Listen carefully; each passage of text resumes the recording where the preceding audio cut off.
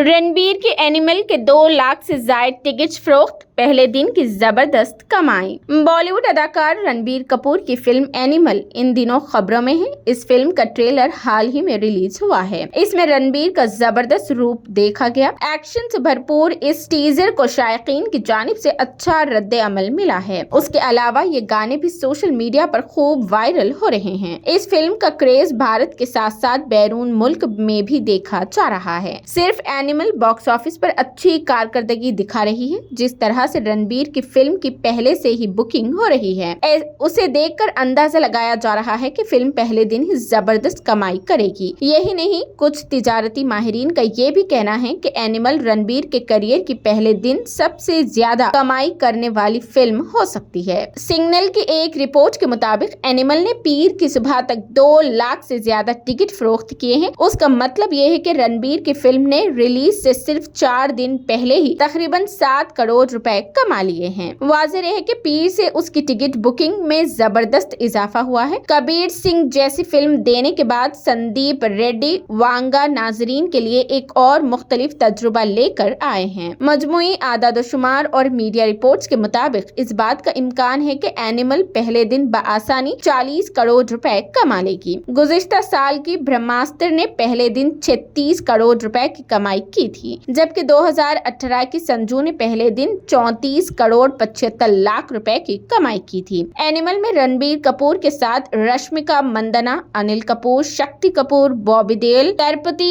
डिमरी अहम किरदारों में हैं। फिल्म को ए सर्टिफिकेट मिला है और फिल्म का दौरानिया 3 घंटे 21 मिनट का है।